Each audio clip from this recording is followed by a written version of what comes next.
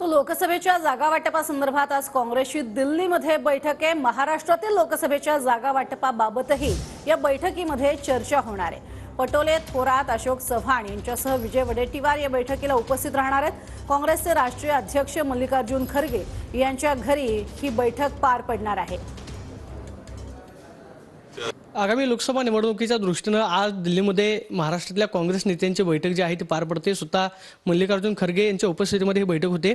काँग्रेसचे प्रदेशाध्यक्ष नाना पटोले हे दिल्लीमध्ये दाखल झालेले आहेत। नाना, आज तुमची बैठक होते, कोणकोणत्या महत्त्वाच्या मुद्द्यांवरती आजच्या बैठकीमध्ये चर्चा होईल?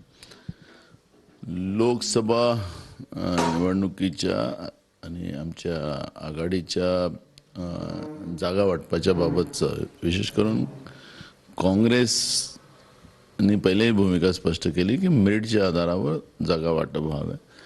त्याप्रमाणे काँग्रेस पक्षाने महाराष्ट्रामध्ये आम्ही सगळ्या ज्येष्ठ नेत्यांनी आढावा घेतला आणि त्या माध्यमातून आज हायकमांडच्या समोर हे सगळे प्रश्न आम्ही मांडू आणि मला वाटतं की आघाडीमध्ये समन्वयाने जागा वाटप होईल।